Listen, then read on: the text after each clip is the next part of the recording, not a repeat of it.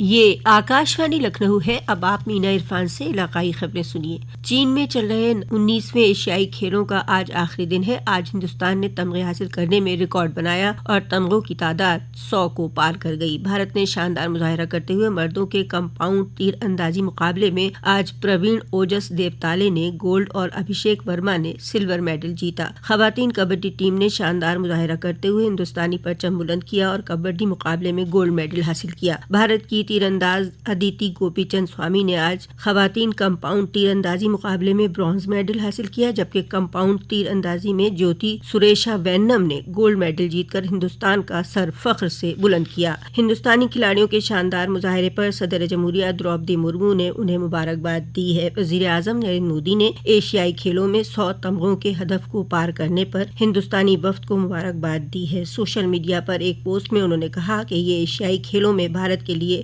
ایک یادگار دن ہے۔ انہوں نے ہندوستانی ٹیم پر فخر ظاہر کرتے ہوئے کھلاڑیوں کے روشن مستقبل کے لیے نیک خواہشات پیش کیں۔ وزیر اعلیٰ یوگی آدتیہ ناتھ نے پیلی بھیت ٹائیگر ریزرو میں کل وائلڈ لائف ہفتے کے موقع پر وائلڈ لائف تحفظ اور ایکو ٹورزم پر ترقیاتی ورکشاپ کا افتتاح کیا۔ اس دوران وزیر اعلیٰ نے پیلی بھیت اور پورن پور کی ترقی کے لیے 250 کروڑ روپے کے پروجیکٹوں کا سنگ بنیاد رکھا اور افتتاح کیا۔ وزیر اعلیٰ نے پروگرام کے دوران کہا کہ پیلی بھیت سمیت اتر پردیش کے سبھی ٹائیگر ریزرو میں ٹائیگروں کی تعداد میں اضافہ ہو رہا ہے اور ایکو ٹورزم کے شعبے میں بھی ریاست کی ملک میں الگ پہچان بنی ہے۔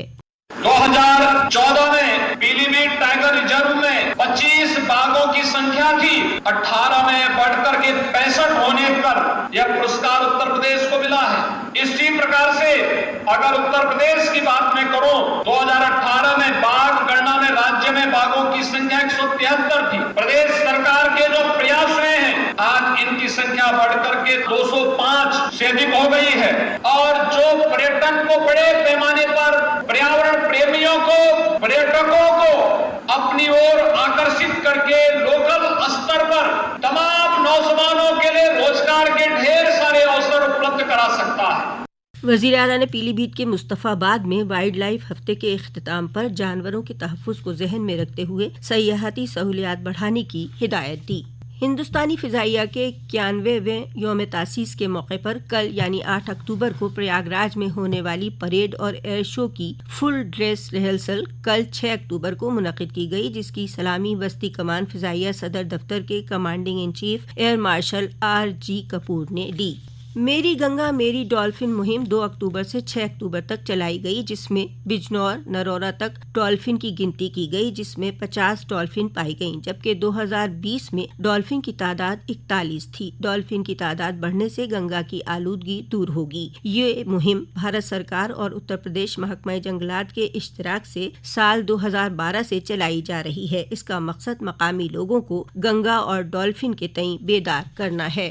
آج 2000 کے نوٹ واپسی کا آخری دن تھا۔ پہلے 30 ستمبر تک نوٹ بدلنے کی آخری تاریخ مقرر کی گئی تھی، لیکن پھر RBI نے 7 دنوں کا اضافی وقت اور دیا تھا۔ اب تک 87% نوٹ بینکوں میں واپس آئے ہیں۔ RBI کے مطابق 87% نوٹ بینکوں میں جمع ہوئے ہیں، باقی کو دیگر قیمت کے نوٹوں سے بدلا گیا ہے۔ RBI کے مطابق 8 اکتوبر سے 2000 کے نوٹوں کو RBI کے 19 ریجنل دفاتر میں بدلا جا سکتا ہے اور ایک بار میں 20,000 روپے ہی بدلے جائیں گے۔